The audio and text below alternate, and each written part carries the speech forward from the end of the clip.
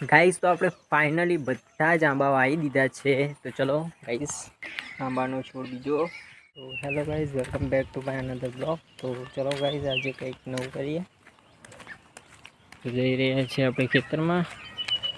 જઈએ છીએ ખેતરમાં ચાલતા. વરસાદ ખૂબ જ કરે, 3 દિવસની ખૂબ જ આગાહી છે. ગાઈસ જોવા ઝાડ બહુ જ જૂનું છે, કેટલું ઊંચું છે. આવું ઝાડ તમને ક્યાંય જોવા નહીં મળે. ગામડામાં ખૂબ જ જૂના ઝાડ હોય છે. ગાઈસ ફાઇનલી આપણે ખેતરમાં પહોંચી ગયા છીએ. જો ગાઈસ આ છે ઝાડીઓ.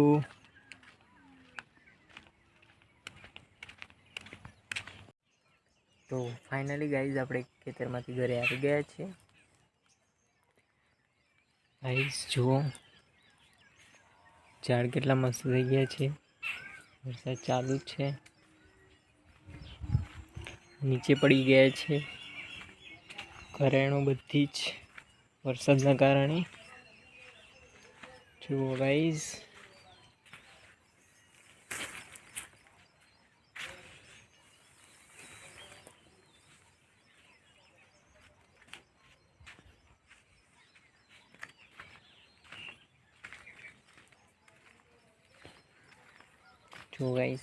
આંબા ઉગી ગયા છે.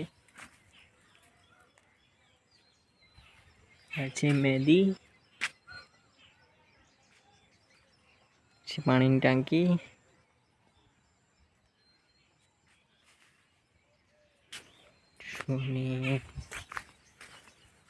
જો ગાઈસ પાણી અહીંયાથી આવે છે અમારે. ગાઈસ આ છે ખાવાના સેતુ.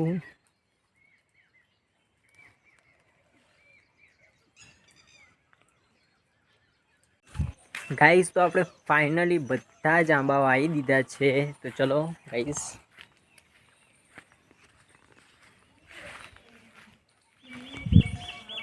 જુઓ ગાઈસ એક આંબો આ વાવી દીધો છે. જો આ વાવી છે જામફળી.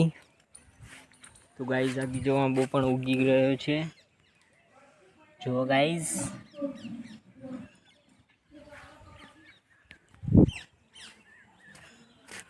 તો ગાઈસ આ જુઓ આંબાનો છોડ બીજો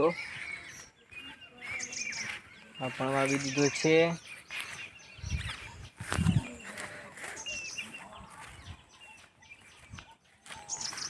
જો ગાઈસ આ પણ ઉગી ગયો છે.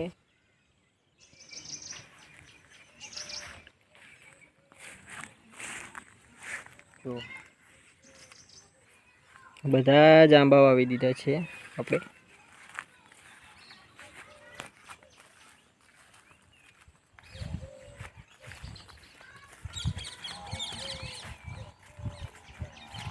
તો ગાઈસ આપણા ખેતરમાં બધા આંબા વાવી દીધા છે. આ જોઈ લો.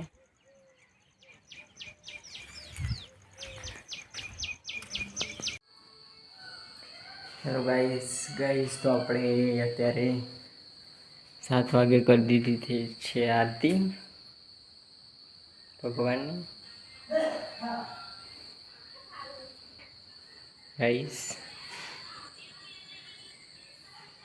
તો વાગે છે તેના 8:35.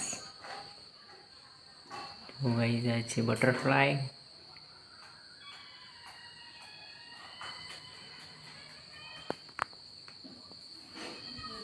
તો ગાઈસ આજનો વ્લોગ આપણો અહીંયા સમાપ્ત થાય છે. તો મળીએ આપણે નેક્સ્ટ વ્લોગમાં.